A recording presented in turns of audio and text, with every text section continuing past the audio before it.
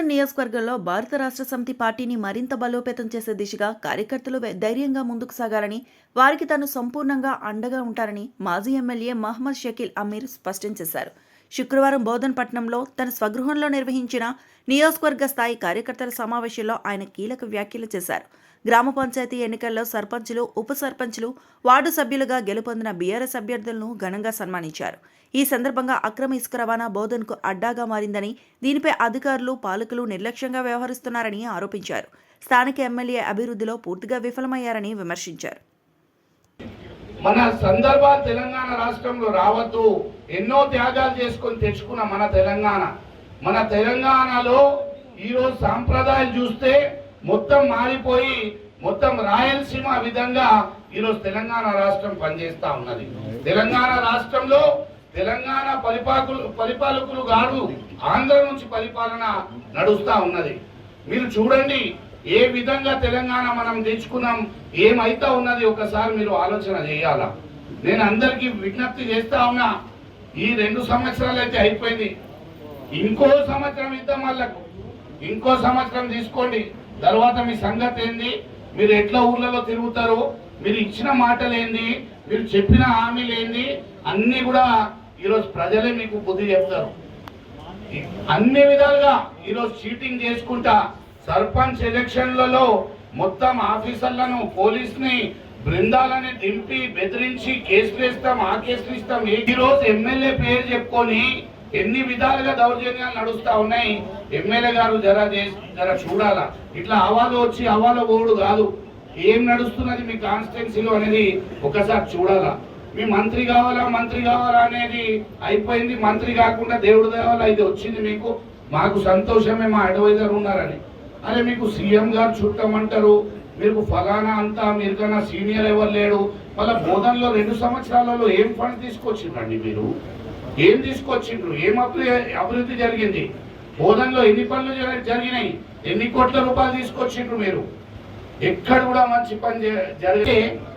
నేను మీ అందరికీ ఒకటే కోరుతా ఉన్నా, మీరు సైనికులుగా పోరాటం చేసి అన్ని కూడా ఎదుర్కొని ఈరోజు మనకు రాబోయే ఎలక్షన్స్, మన ఎంపీటీసీ జెడ్పీటీసీ ఎలక్షన్స్ సింబల్ మీద ఉంటాయి.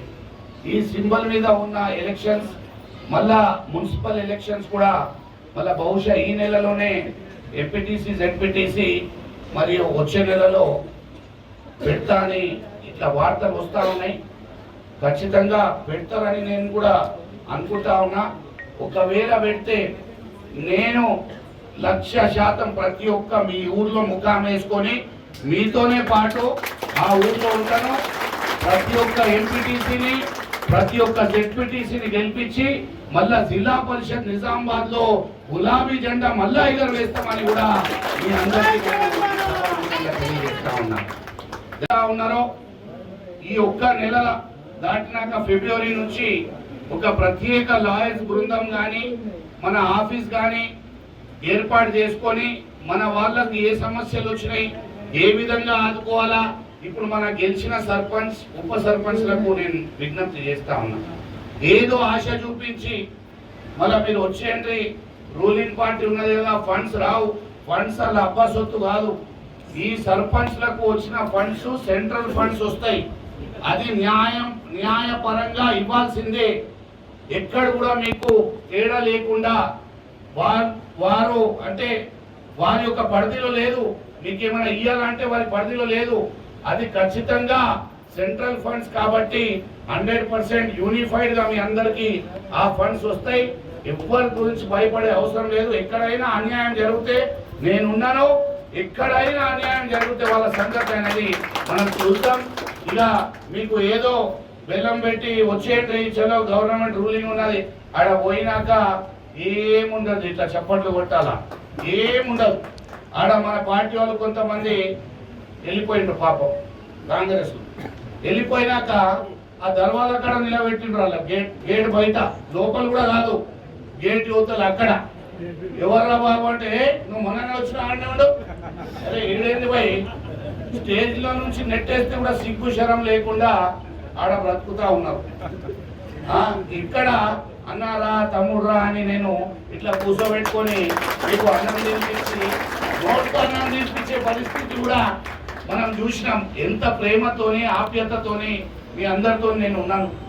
ఈరోజు మన కార్యకర్తల పరిస్థితి చూస్తే నాకే ఏడుపు వస్తుంది. ఎట్లయినా మనోళ్ళే కదా పోయి మంచిగా అనిపిస్తలేరు. అంత ద్రోహం చేసి ఈరోజు దేవుడు వాళ్ళ పరిస్థితి ఏం చేసిండ్రు అందరు కూడా చూస్తా ఉన్నారు. అటువంటి పరిస్థితి అయిపోతుంది. మనం ఎక్కడున్నా ఇజ్జత్ ఉండాలా పోయి. ఆత్మగౌరవం లేకుంటే ఏముంటుంది మనిషికి? మీరే చెప్పాలి. ఆత్మగౌరవం లేకుంటే ఏముంటుంది? మరి గోడ మీద పిల్లి లెక్క అక్కడ పోయి కూర్చుంటారు. ఆయన ఎవరికైనా ఏమైనా చేస్తాడా? ఎమ్మెల్యే ఆయన ఎప్పుడైనా చేసిన సందర్భాలు ఉన్నాయా? ఆయన ఎవరితోనో మంచిగా మాట్లాడతాడా? ఆయన ఏం చేస్తాడు చెప్పండి? మా రవీందర్ గౌడ్ కుర్నాపల్లిలో అనేక విధాలుగా ఇబ్బంది పెట్టిండ్రు. ఆయన అనేక విధాలుగా ఇటువంటి చాలా మందికి అనేక విధాలుగా కేసులు చేయడం, ఇబ్బంది పెట్టడం, ర్యాలీ తీస్తే పర్మిషన్ ఇవ్వద్దని చెప్పడం. కానీ ఎవరైతే బబ్లు లాంటి యువకులు కానీ ఎవరైతే కష్టపడి మన బాబాబా ఏడపల్లిలో ఎంతో కష్టపడిండు పాపం. కానీ బ్యాడ్ లక్, కొంతమంది మన వాళ్ళే కొవ్వట్లు ఉన్నారు. ఆ కొవ్వట్లే ఇట్లా చేసి ఈ పరిస్థితి ఇట్లా అయిపోయింది. దయచేసి కోవట్ పని చేసుకుంటే లాభం ఏమున్నది? వాళ్ళు మన మధ్య కూడా కోఆర్డినేషన్ లేకుండా అనేక పరంగా ఇబ్బందులకు గురైనాం. అయితే నేను మీకు అందరికీ ఒకటే మాట అంటున్నా, ఇప్పుడు మనం యునైటెడ్ ఉండాలా భయ్. ఇట్లా ఉండాలా. ఇట్లా కొడితే ఎట్లా కొడతాం? దెబ్బ తగులుతుందా లేదా? ఇట్లా కొడితే తగులుతుందా? తగలదు కదా భయ్. ఏం చేసిండ్రు? మీ కడుపులో ఉన్న ఇబ్బంది ఇప్పుడు మీకు బాధపడుతున్నారు చెప్తున్నారు. నా ఇబ్బంది, నా సంగతి ఏంది? నేను అందరినీ కడుపులో పెట్టుకొని ఇంత ప్రేమతోని ఆప్యాయతతోని కాపాడుకొని, కానీ ఓటమి గెలుపు అనేది సహజం. కోషిష్ చేసినాం. అది దేవుడు ఆశీర్వాదం ఉండాలా. కొన్ని పరిస్థితులు ఉంటాయి. కానీ ఓడిపోతే మనం ధైర్యం కోల్పోయి మనం ఇట్లా పడి ఉంటే మన లీడర్షిప్ అనేది ఎప్పుడు కూడా పెరగదు. మనం కొట్లాడాలా, పోరాటం చేయాలా. 100% మళ్ళా మీకు అవకాశం వస్తుంది. ఎవరైతే ఈ ఎలక్షన్లలో ఓడిపోయిండ్రో వాళ్లకు మొదటి ప్రాధాన్యత ఇచ్చి ఎంపీటీసీ ఎలక్షన్లో మళ్ళా వారికే నేను 100% వారికి నామినేట్ చేసే విధంగా మళ్ళా వారికి ఆర్థికంగా కానీ ఇంకో విధంగా కానీ ఆదుకొని మళ్ళా ఈ ఎంపీటీసీ ఎలక్షన్లలో ఎంపీటీసీలని జెడ్పీటీసీలని పెద్ద ఎత్తున మనం అందరం కలిసి గెలిపించుకుందామని కూడా మీ అందరికీ కోరుకుంటా ఉన్నా.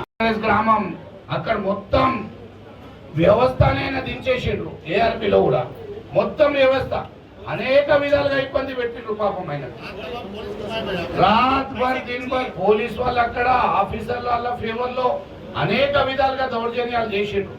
కానీ మా టైం వస్తుంది. దయచేసి సర్పంచ్లు, గెలిచిన సర్పంచ్లు, వార్డు మెంబర్లు, ఉప సర్పంచ్లకు విజ్ఞప్తి చేస్తా ఉన్నాను. ఈ ప్రభుత్వం 2 సంవత్సరాలు అయిపోయింది ఆల్రెడీ. మీరు గెలిచింది 5 సంవత్సరాల కొరకు. వచ్చే ప్రభుత్వం మన ప్రభుత్వం. మన ప్రభుత్వంలో అన్ని విధాలుగా మీ అందరికీ ఆదుకుంటాం. అనేక విధాలుగా ఫండ్స్ వస్తాయి. అనేక విధాలుగా గతంలో ఎట్లయితే అభివృద్ధి చేసుకున్నామో మళ్ళా ఇంకా వచ్చే రోజులలో ఇంకా బాగా అభివృద్ధి చేసుకుందామని తెలియజేస్తూ, మళ్ళా ఈ ఎలక్షన్లలో బీఆర్ఎస్ పార్టీకి సపోర్ట్ చేసిన బోధన్ నియోజకవర్గ ప్రజలకు, అక్క చెల్లెలకు, అన్నాదమ్ములకు, మా బీఆర్ఎస్ పార్టీ సైనికులు, కార్యకర్తలు, నాయకులు అందరికీ కూడా పేరు పేరున హృదయపూర్వకంగా నమస్కారం తెలియజేస్తూ, మళ్ళా మీ అందరికీ కూడా గెలిచిన సర్పంచ్లు, వార్డు మెంబర్లు, ఉప సర్పంచ్లు అందరికీ కూడా పేరు పేరున శుభాకాంక్షలు తెలియజేస్తూ, కులాలు అడగకుండా చాలా ప్రేమతోని మేము పరిపాలన చేసినాం. ఎవరిని ఏం చెప్పలే. బీజేపీ వాళ్ళు వచ్చినా, కాంగ్రెస్ వాళ్ళు వచ్చినా, ఎంఐఎం వాళ్ళు వచ్చినా, ఎవరు వచ్చినా అలా పనిచేసి ఇచ్చినాం. కానీ మీరు ఏదైతే ఈ కక్షపూరిత రాజకీయాలు చేస్తా ఉన్నారో మీకు ఇది ఎట్లా రివర్స్ జరుగుతాయి మీరు కూడా రాబోయే రోజుల్లో చూస్తారని కూడా తెలియజేస్తూ, మళ్ళా మీ అందరికీ కూడా పేరు పేరున ధన్యవాదాలు తెలియజేస్తా ఉన్నా. జై తెలంగాణ, జై తెలంగాణ. కేసీఆర్ గారి నాయకత్వం, కేటీఆర్ గారి నాయకత్వం, హరీష్ రావు గారి నాయకత్వం. జై తెలంగాణ. మరిన్ని అప్డేట్స్ కోసం మా ఛానల్ ని సబ్స్క్రైబ్ చేయండి.